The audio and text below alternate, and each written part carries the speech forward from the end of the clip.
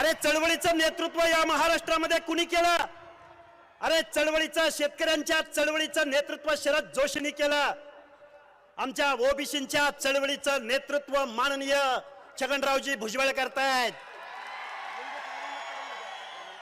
अरे कामगारांचं नेतृत्व कुणी केलं? अहिल्या रांगणेकरांनी केलं, मधु दंडवतेंनी केलं. आणि तुमच्या आमच्या बहुजनांचं नेतृत्व फुले शाहू आंबेडकरांनी केलं. अरे म्हणून ते महामानव आहेत. तुम्हाला दुसरी एक गोष्ट सांगतो. या महाराष्ट्राच्या मुख्यमंत्र्यांनी तुमच्या आमच्या ओबीसी विजयंतीच्या बाबतीमध्ये मागासवर्ग आयोगाच्या माध्यमातून एक सर्वे चालू केलाय. साहेब, त्या पदावरती काम केलं म्हणून मी तुम्हाला सांगतो, राज्य मागासवर्ग आयोगाचं काम कसं चालतं. एका बाजूला प्रश्नपत्रिका पाठवल्या आणि दुसऱ्या बाजूला उत्तर पत्रिका पाठवल्या. काय केले? एका बाजूला प्रश्नपत्रिका आणि दुसऱ्या बाजूला उत्तर पत्रिका. अरे 90 नाही 95% मार्क्स पडतील ना. आणि सर्वे कुणाचा केला जातोय? फक्त मराठा आणि ओपनचा.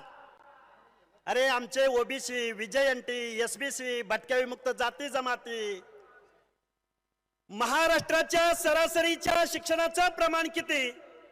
महाराष्ट्राच्या सरासरीच्या महिलांचं शिक्षणाचं प्रमाण किती? महाराष्ट्राच्या सरासरीच्या आर्थिक मागासांचं प्रमाण किती? आणि मग मागास म्हणून मागासवर्गीयात आरक्षण द्या म्हणणाऱ्यांचं प्रमाण किती? असा सर्वे व्हायला पाहिजे ना. म्हणजे राज्य मागासवर्ग आयोग सुद्धा बोगस काम करतोय. बोगस कसलं काम करतोय? बोगस काम करतोय. बाबांनो, हा नेता म्हणतो आमच्या ताटातलं वरबाडून खाल्लं. आजपर्यंत आमच्या ताटातलं वरबाडून खाल्लं.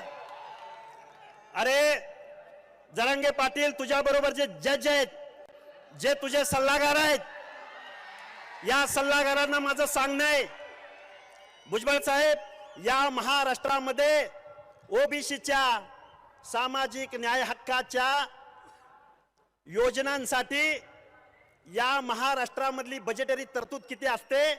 प्रत्येक बजेटमध्ये 0.4%, 0.5%, 0.6%. महाराष्ट्रामध्ये तुमच्या आमची संख्या किती?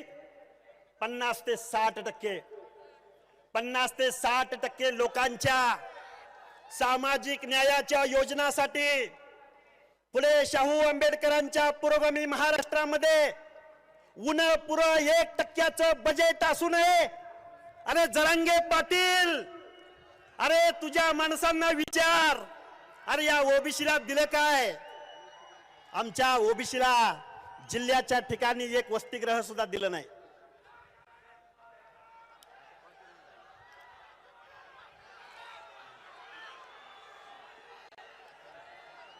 अरे जरांगे, तू काय म्हणला? अरे बिनलायकीच्या माणसाच्या हाताखाली आम्हाला काम करावं लागतं. अरे आमची लायकी सांगू का तुला? रयतेचा राजा छत्रपती शिवाजी महाराजांच्या सुराज्यासाठी जीवाची कुर्बानी देणारे, जीवा महाले शिवा काशीत मदारी 79, आमचा तानाजी मालुसरे. अरे आमच्या त्या बेहेरजी नायकाचा अभ्यास, इस्रायलची गुप्तहेर संघटना, अरे त्या गुप्तहेर संघटनेला सुद्धा आमच्या बेहेरजी नायकाचा अभ्यास करावा लागतो. गुप्तहेर संघटनेला तू आमची लायकी काढतो? अलीकडच्या कालावधीमध्ये आमची माणसं प्रशासनामध्ये गेली.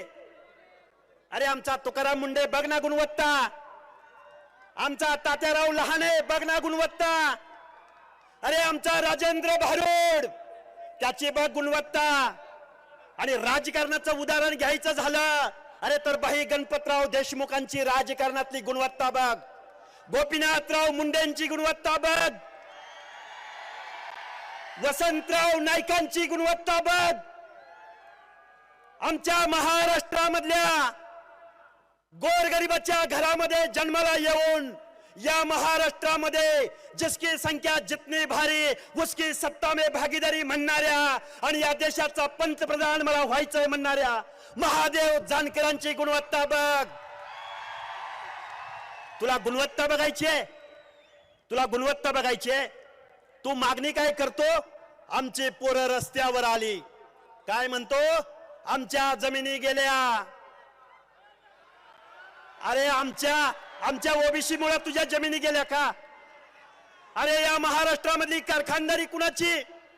या महाराष्ट्रामधलं सहकार क्षेत्र कुणाचं?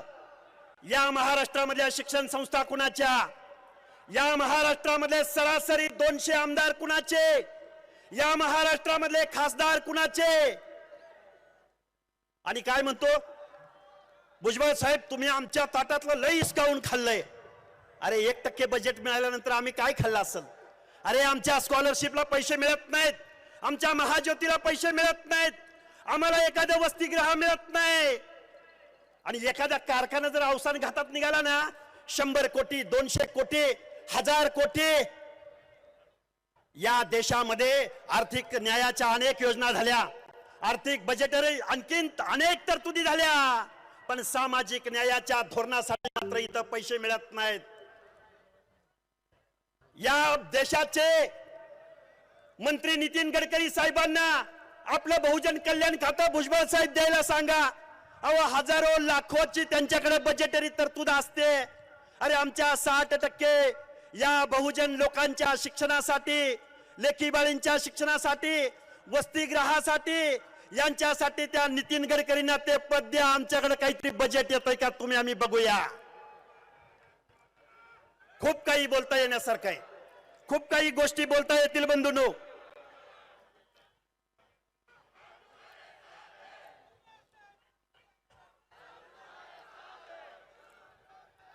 या महाराष्ट्राच्या मुख्यमंत्र्यांना सांगू इच्छितो, तुम्हाला फक्त जरांगेंच्या मताची काळजी आहे आणि आमच्या 60% लोकांच्या मताची काळजी नाही का तुम्हाला?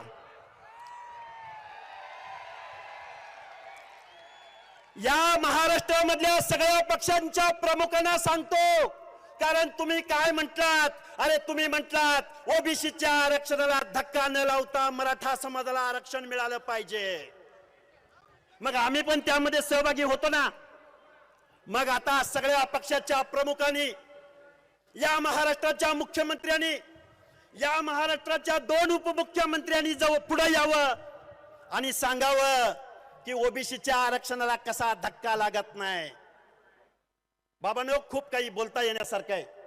या महाराष्ट्रामधल्या फुले शाहू आंबेडकरांच्या, या महाराष्ट्रामधला माळी साळी कोळी तेली हाटकर धनगर सनगर वंजारी लोणारी, या महाराष्ट्रामधला परीट गुराव घरशी नाभिक, या गावगड्यामधला धोबी, या गावगड्यामधला बेरड बेड्या रामोशी तुफानी जातीमध्ये जन्माला आलेले आमचे विमुक्त जाती जमातीमधले, ब प्रवर्गामधले देवाची आराधना करणारी माणसं, क प्रवर्गातला धनगर समाज, ड प्रवर्गातला वंजारी समाज, लमाण समाज, या सगळ्या लोकांना माझी विनंती आहे, नेते गणांना विनंती आहे, या महाराष्ट्रामधलं वातावरण जर सुरळीत ठेवायचं असेल तर या महाराष्ट्रामधले प्रमुख नेते माननीय शरदचंद्रजी पवार, माननीय उद्धव साहेब, माननीय काँग्रेसचे नेते, या महाराष्ट्रामधले साहित्यिक विचारवंत सगळ्यांनी पुढे यावं आणि काय सांगावं.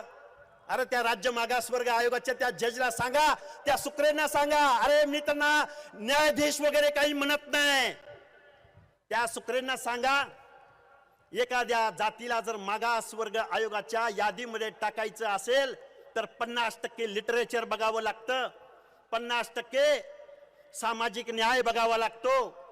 राज्य मागासवर्ग आयोगाला संशोधन करावं लागतं. ते संशोधन 6-6 महिने 7-7 महिने 1-1 वर्ष 2-2 वर्ष चालतं. अरे आठवड्याच्या कालावधीमध्ये तुम्ही कसला सर्वे करताय? म्हणून माझी तुम्हाला कळकळीची विनंती आहे बंधूंनो, सभेच्या संकेताप्रमाणे खूप काही बोलता येऊ शकतं. मी गेल्या 2-3 दिवसाच्या कालावधीमध्ये या जरांगेला म्हणलं तुझी लायकी नाही, तुझ्या मुख्यमंत्र्याची सुद्धा लायकी नाही.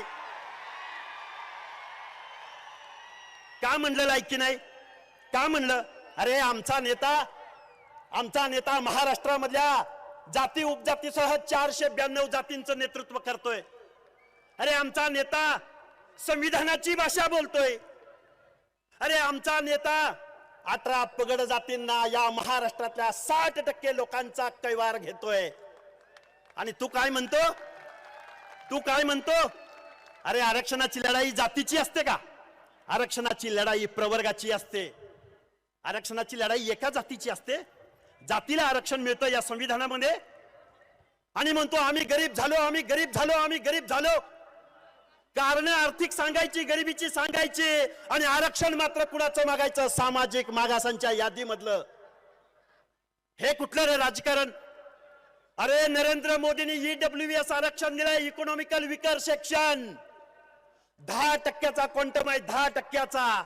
आणि त्या 10% आमच्या मराठा बांधवांनी 8.5% आरक्षण घेतलंय. अरे जरांगे, तुझी लायकी यासाठी नाही, आर्थिक मागासांना आरक्षण मागतो आणि सामाजिक मागासाच्या यादीमध्ये येतो आणि काय म्हणतो? मंडल आयोग चॅलेंज करेन मी, मंडल आयोग.